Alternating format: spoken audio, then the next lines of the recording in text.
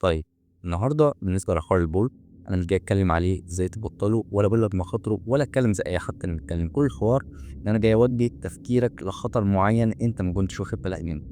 مبدئيا تعالى نتخيل المثال اللي انا بقول لك عليه دلوقتي.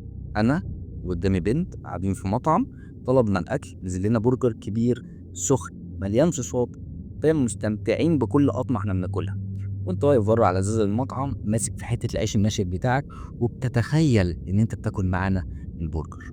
طيب تعالى بقى نطبق الحوار على البرجر.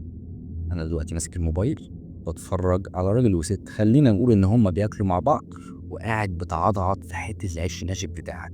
عايزك بس تعرف مدى حقارتك في الموقف ده. انا كل المثال ده عشان اوصل لك المعلومه دي، عشان اعرفك قد ايه عقلك الباطن بيتعامل على ان انت حرفيا زيرو. لذلك هتلاقي ان من اكبر الاضرار بتاعت العاده السريه واللي الناس كلها متفقه عليها ايه؟ ان فقدان الثقه بالنفس، لان انت بتبقى عارف انت زيرو، فازاي هتبقى واثق من نفسك وانت زيرو؟ دي نقطه.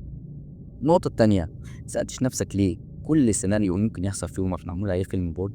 بمعنى انت لو صحيت من النوم بتلاقي فيلم بورن شاب صحي من النوم، نزلت مواصلات بتلاقي في افلام في المواصلات، رحت المدرسه هتلاقي في افلام في المدرسه، اتكعبلت رحت المستشفى هتلاقي في افلام في المستشفى.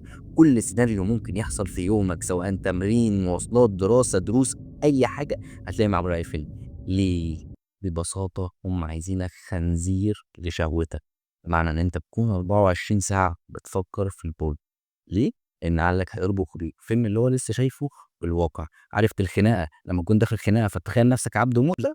نفس الفكره بالظبط. انت بتتخيل ان الواقع ده او الافلام دي انا اقدر اطبقها على الواقع، فبالتالي تبقى مشتت طول اليوم ومش عارف تركز. دول خطرين بتهيألي اهم من اي خطر تاني.